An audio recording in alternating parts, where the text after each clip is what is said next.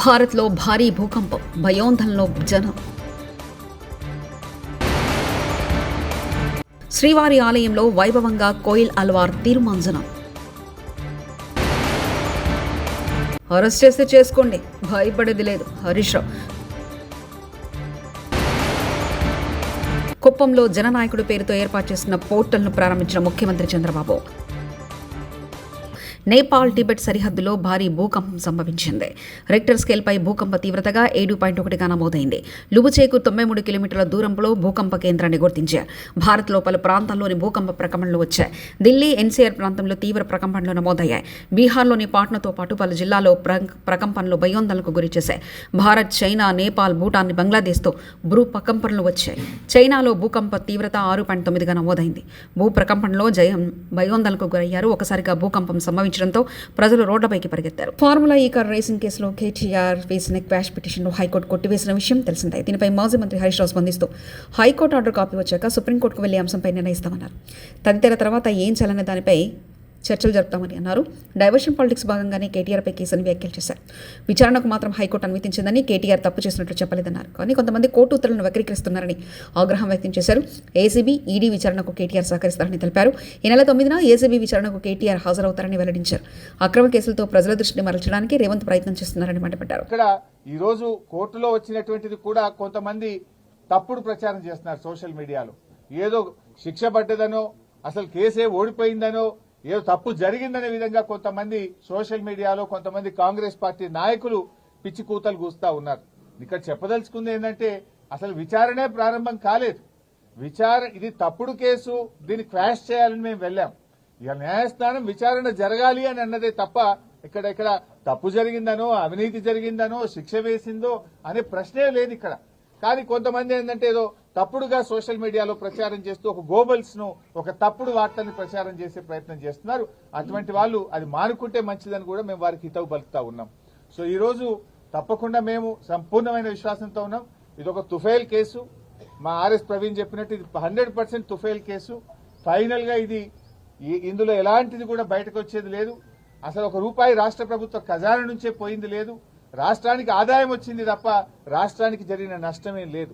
తెలుగు మహాసభలో పేరు మర్చిపోయిన యాంకర్ మీద విరుచుకుపడ్డ కాంగ్రెస్ ఎంపీ చామల కిరణ్ కుమార్ రెడ్డి ముఖ్యమంత్రి పేరు చెప్పకపోవడం వెనుక ఏదో కుట్ర ఉందని, ఎవడయ్యా తెలుగు మహాసభలు పెట్టింది, తెలుగు మహాసభలు పెట్టిన వాడికి బుద్ధి లేదా, ముఖ్యమంత్రి తెలియని వాళ్ళు యాంకర్ అవుతారంటూ ఎంపీ చామల కిరణ్ కుమార్ రెడ్డి అన్నారు. దాంట్లోనే ఇట్లా కాగితం రాసుకొని వచ్చి చదువుతున్న ఒక ఎంపీ గుండి అనిపిస్తుంది. ఎవడా తెలుగు మహాసభలు పెట్టినోడికి బుద్ధి లేదా, యాంకర్ అనేటోడికి చదువు రాదా, యాంకరింగ్ చేసే వాళ్ళకు తెలుగు రాష్ట్రాలలో ముఖ్యమంత్రి తెలియనోడు యాంకర్ కూడా అవుతాడా? ఇవాళ మనం చిన్న దాంట్లోనే ఇట్లా కాగితం రాసుకొని వచ్చి చదువుతున్నాం ఒక ఎంపీ గుండి నేను. ఒక యాంకర్ ఒక ముఖ్యమంత్రి వచ్చినప్పుడు ఏ ముఖ్యమంత్రి వచ్చిందో తెలియకుండా చదువుతాడా? దీని వెనక ఏదో కుట్ర ఉందని నాకు అనిపిస్తుంది. కిమ్స్ ఆసుపత్రికి చేరుకున్న అల్లు అర్జున్ సంధ్యా థియేటర్ ఘటనలో గాయపడ్డ శ్రీతేజను పరామర్శించేందుకు బేగంపేటలోని కిమ్స్ ఆసుపత్రికి చేరుకున్న అల్లు అర్జున్ కిమ్స్ వద్ద భారీగా మోహరించిన పోలీసులు. జిల్లాలోని కుప్పంలో ముఖ్యమంత్రి చంద్రబాబు నాయుడు పర్యటన కొనసాగుతుంది. ఇందులో భాగంగా స్వర్ణకుప్పంలో భాగంగా ఎన్టీఆర్ స్టేడియంలో ఏర్పాటు చేసిన కార్యక్రమంలో పలు అభివృద్ధి పనులను సీఎం శంకుస్థాపన చేశారు. వివిధ కంపెనీల ప్రతినిధులతో సీఎం సమావేశమయ్యారు. చిత్తూరు జిల్లా శాంతిపురం మండలం ఐపీ తంబిగానిపల్లి గ్రామంలో 41.22 ఎకరాల విస్తీర్ణంలో ఏర్పాటు చేయనున్న ప్రాసెసింగ్ ప్లాంట్కు సీఎం శంకుస్థాపన చేశారు.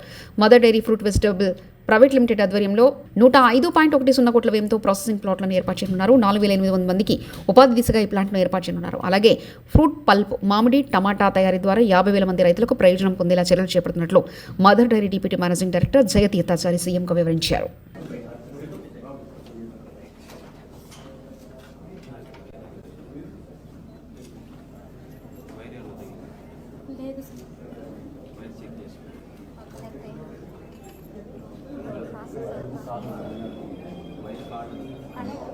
లో వోల్టేజ్ వైర్ పోయిందా లేకుంటే వైఫై ఇది ఓకే.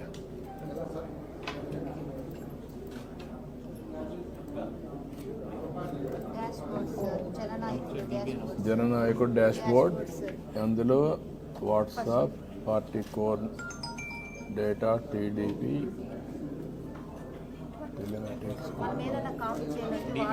తీసుకొని కాపీ చేసుకుంటాం సార్.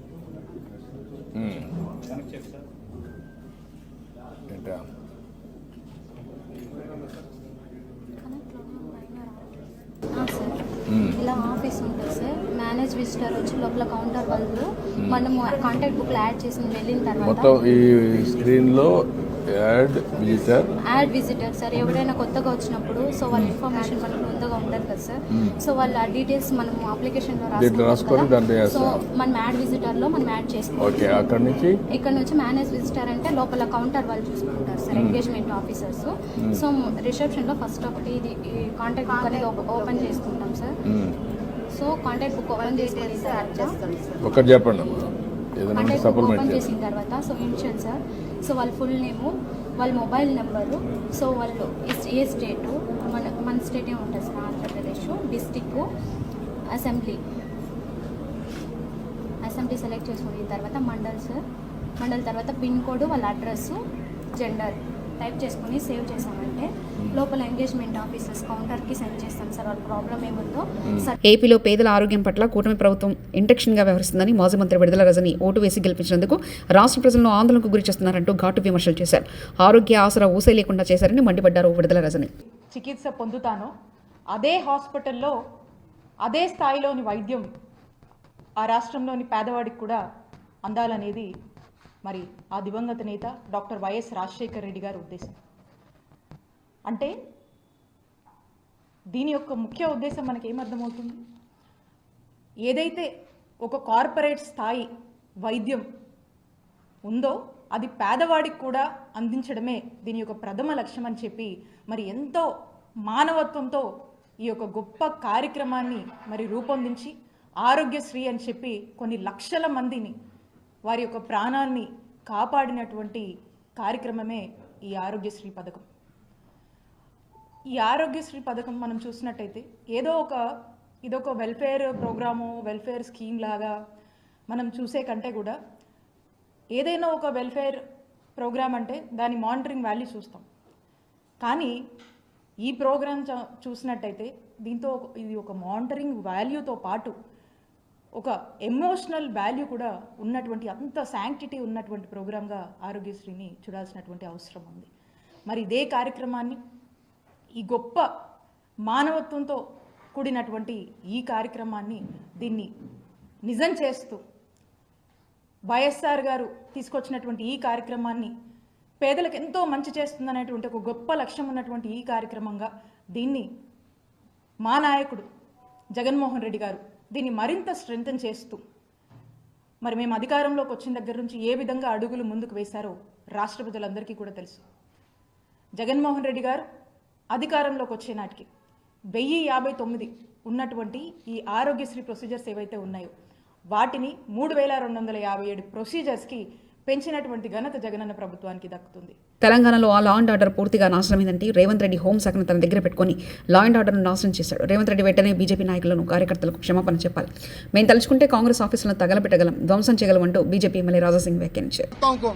पार्टी कार्यालय पर जाकर हमला करे, पार्टी कार्यकर्ता के लोगों को मारे, अधिकारियों पर हमला करे, क्या यही है कांग्रेस में? पूछना चाहता हूँ. आज तेलंगाना का law and order totally disturb, ध्वंस हो चुका है. होम मिनिस्ट्री भी रेवंत रेड्डी तुम्हारे पास है ना, तो क्या कर रहे लॉ एंड ऑर्डर को? मैं पूछना चाहता हूँ रेवंत रेड्डी को. मैं रेवंत रेड्डी को सीरियसली एक ही बात कहना चाहूंगा, तुरंत माफी मांगे.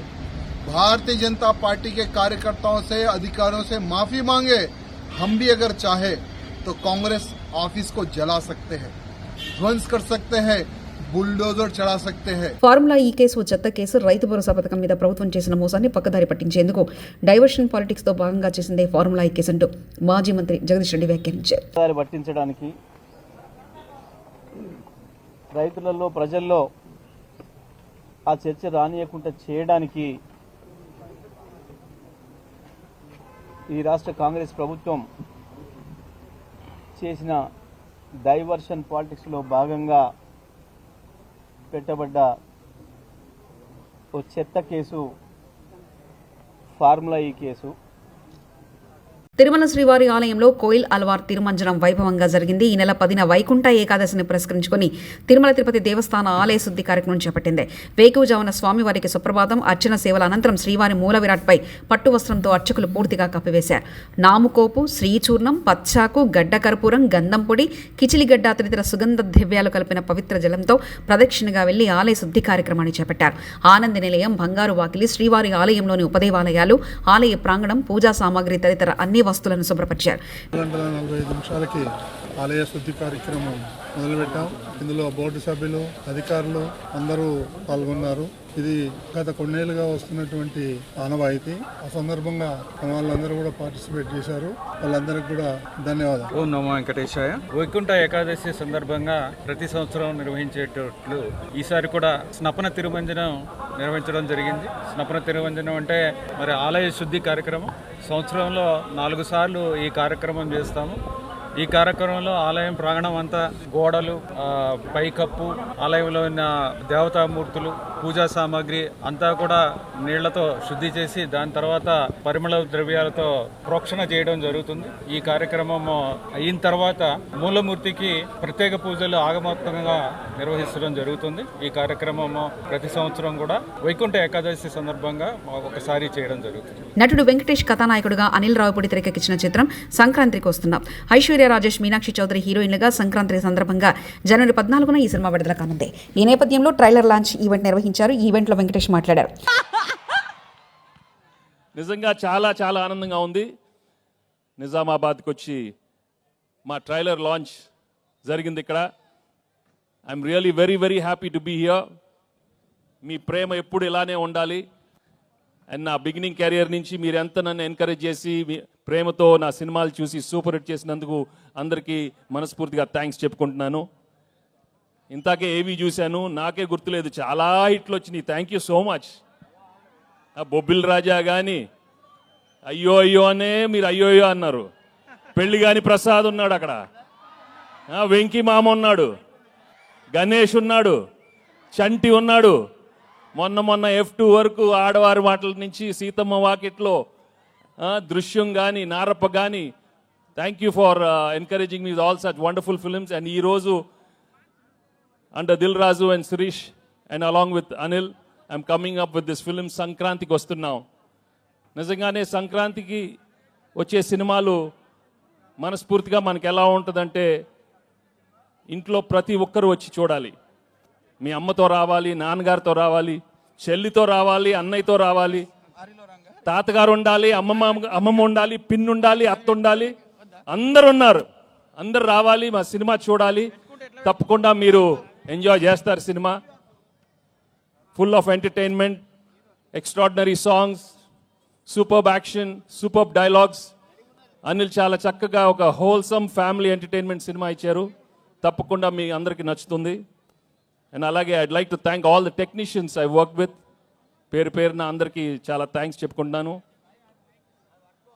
అండ్ మీ అభిమానం మాత్రం నిజంగా మీరు సంక్రాంతికి చూపిస్తారు. సంక్రాంతి వస్తున్నామే కాదు, మనస్ఫూర్తిగా గేమ్ చేంజర్ కానీ, డాకు మహారాజా అన్ని పెద్ద హిట్లు అవ్వాలని మనస్ఫూర్తిగా కోరుకుంటున్నాను. ఏంటి బాబు అక్కడ సౌండ్ లేదేంటి? మీరు సౌండ్ లేదా అక్కడ?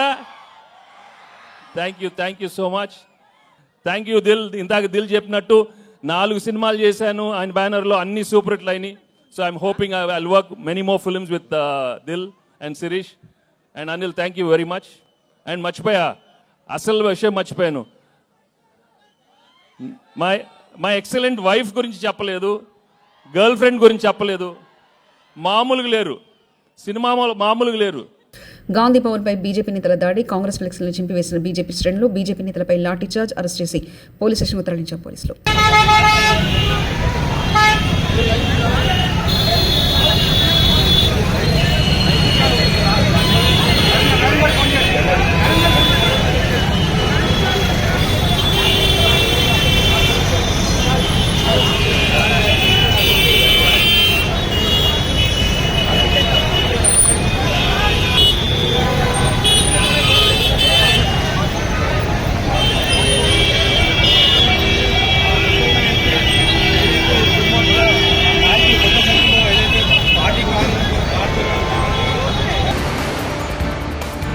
భారత్లో భారీ భూకంపం, భయోందనలో జనం.